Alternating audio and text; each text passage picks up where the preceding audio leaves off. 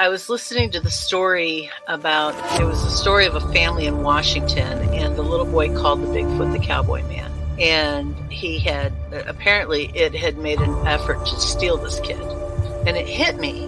My children were in that playpen behind me with nothing but a mosquito net over them. It could have crept up behind me and taken both of my children, and I wouldn't have known. His father just got like a Mustang or something from Wyoming, okay? He had it out in the corral because he couldn't put it in the barn in the stalls with the other horses that would kick and made all the other horses nervous. Had a Seminole Indian working the horse trying to break it every day. So they had it out in the corral. This skunk ape snuck up behind this horse and grabbed it on its hind quarters. This particular horse kicks out, jumps over the corral, runs into the pasture, to get away. At this point, the rancher's out there just blasted away with the 30-30. Skunk ape runs into the swamp. I went up there one day after that, or 2 days after that. I went up there and sat in the silence up there, and I'm telling you, man, it was free. It was crazy. There was a crazy vibe up there still. I did what I could to kind of get things under control, but I told her, I said, you need to get off this property. I feel like no matter how strong you are, it's almost like standing in the ocean. You can't stand still without moving your feet. You're going to get knocked over eventually, no matter how strong, whatever. You can't withstand a barrage of weird spiritual energy.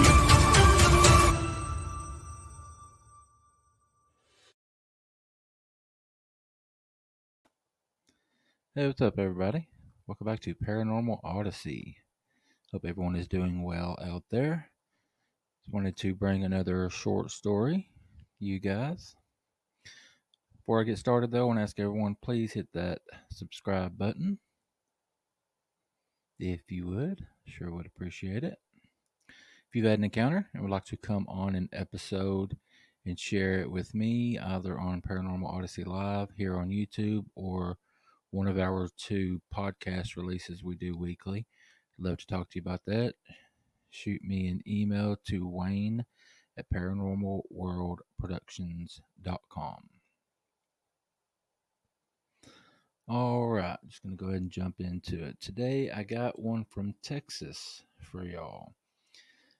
I got this one from whatpad.com. It is the Candy Lady of Texas. Around the turn of the 20th century, children started going missing in a small rural county in Texas. People blamed it on the Candy Lady, a woman who supposedly lured children to her home with candy. Then they were never heard from again. Children in the area told stories of how they would wake in the morning to find candy sitting in their windowsills. Fearing that their parents might try to stop the person or thing leaving the candy, they didn't tell any adults. After a child had received the candy for a while, they would start to find notes on the wrappers, many times asking the children to come and play. The notes were signed the Candy Lady. Over the span of about a decade, a handful of kids went missing. As some children got a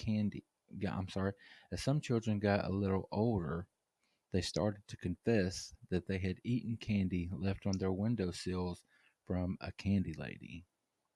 According to the story, other strange things happened around this area that spooked the residents. A farmer found the rotten teeth of a child in a candy wrapper at the edge of one of his fields. A police deputy started investigating the disappearance of the children, and a few weeks later, they found his body in a ditch. His eyes were stabbed with a fork, and his pockets were filled with candy. To this day, any time a kid goes missing, all the locals say the Candy Lady got him. Children believe that she takes them somewhere and pulls out their teeth or stabs them with a fork. Did you hear the urban legend where candy was left for children on their bedroom window sills at night? After a few nights, the candy wrappers would have messages written on them asking the children to come and play.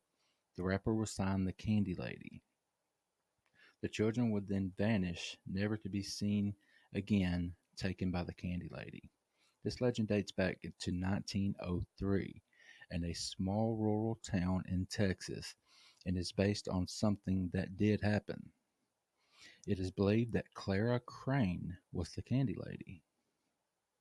Clara Crane was born in 1871 and grew up to many I'm sorry, and grew up to marry an older man named Leonard Gilbert Crane.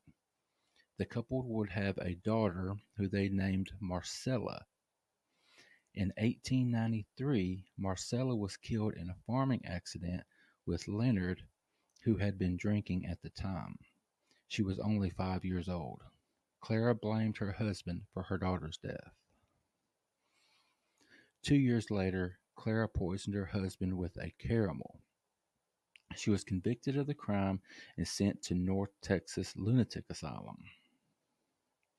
In 1896, one of her doctors noted that the staff had found a doll that Clara had made from old bed sheets. The other inmates claimed that she would sing and talk to the doll. There was also a letter found that was sent out to her sister telling her that her and Marcy were fine and they couldn't wait to get back home. After 4 years inside the asylum, Clara Crane was released from the hospital due to overcrowding. It was believed that she returned to her hometown, but nobody knows for sure. Around that time, children started going missing from their homes. The missing children. Over a decade, a handful of children went missing, and a member of law enforcement, either a deputy or sheriff, was found in a ditch with a fork jabbed into his eyes. He also had his pockets stuffed with candy. A farmer also found rotten children's teeth in his field that were wrapped in candy wrappers. Was Clara Crane really responsible for those missing children? Did she stab an officer of the law in the eyes with a fork and leave him in a ditch? Nobody knows for sure, but when a child goes missing in small Texas town, they blame it on the Candy Lady. All right, guys. I don't know about y'all, but I found that creepy as hell. Like all urban legends, did a show on urban legends not long ago. Most of them aren't true, but they do have some kind of sense of truth that happened. Something led to that becoming an urban legend. So apparently this woman did exist in Texas. She did kill her husband after a farming accident that took the life of their daughter, and which is tragic in itself. It really is. But yeah, guys, that one was short. I try to keep these all around 10 minutes or so, 10, 12, 15 minutes. Don't want to overwhelm anybody with continuing to bring them hour and a half long episodes. Yeah, just get you guys talking about some creepy stuff that maybe you had never heard of. I'd never heard of the Candy Lady. Done several now that I hadn't heard of. So yeah, guys, let me know what y'all think of that one. I'll pop my email back up here, Wayne at Paranormal World Productions. You can get me anytime there. Let me know how I'm doing. If you like these stories, you want them to continue, or if you have any suggestions, any you'd like to have covered. Also, guys, let me know if the length is okay. You can comment below. Let me know if you think the length of these is all right, if they're too short, if I need to add some more info to them. Yeah, this is something new that I'm trying here at Paranormal Odyssey. Yeah, just let me know what you guys think. So far, the reviews have been pretty good. People seem to be enjoying them. All right, guys, ask everybody to head over to paranormalworldproductions.com.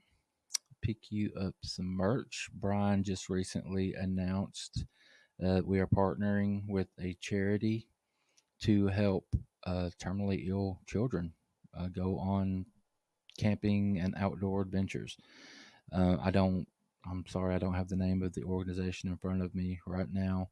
But from what I heard from Brian, it's a really, really good organization, and 100% of the sales from the proceeds from our sales on the website, all of our merch for 30 days is going to go to that organization.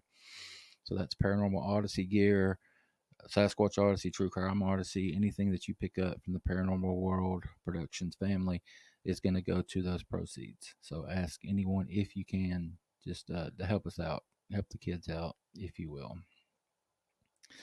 All right, yeah, find that at paranormalworldproductions.com.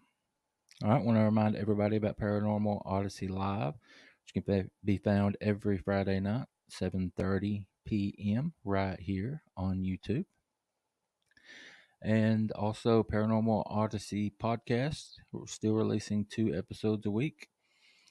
This episode here will be going out tonight, Tuesday, and tomorrow I will be having another episode released Wednesday and then another one on Sunday. So yeah, guys, be looking for those. Thank you for the continued support. Thank you for all that you guys have done. And go rate and review the show if you don't mind. Just take a couple of minutes over at Apple or Spotify and leave us a review. That goes such a long way in helping the show grow. All right, guys, get out of here. Y'all be good to yourselves. Be good to each other.